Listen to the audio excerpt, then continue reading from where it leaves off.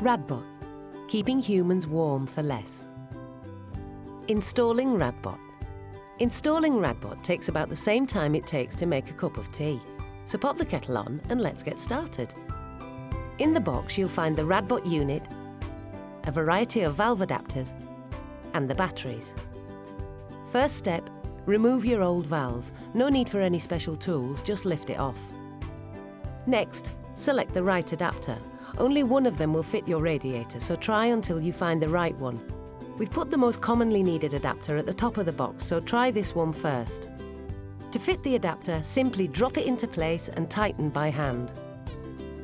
Next, remove the battery cover and install the batteries. The device comes with 2 AA batteries that will last up to 2 years. You'll know Radbot is working when you hear the noise of the motor and see the LED flashing.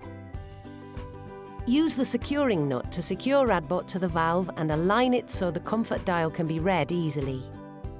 Let Radbot know you've completed the installation by pushing the boost button or moving the comfort wheel. Now you're speaking his language. And that's it, job done. Time to sit back and enjoy that cuppa. Did you know 4 to 5 of these devices in an average UK house can save up to 30% off the heating bill?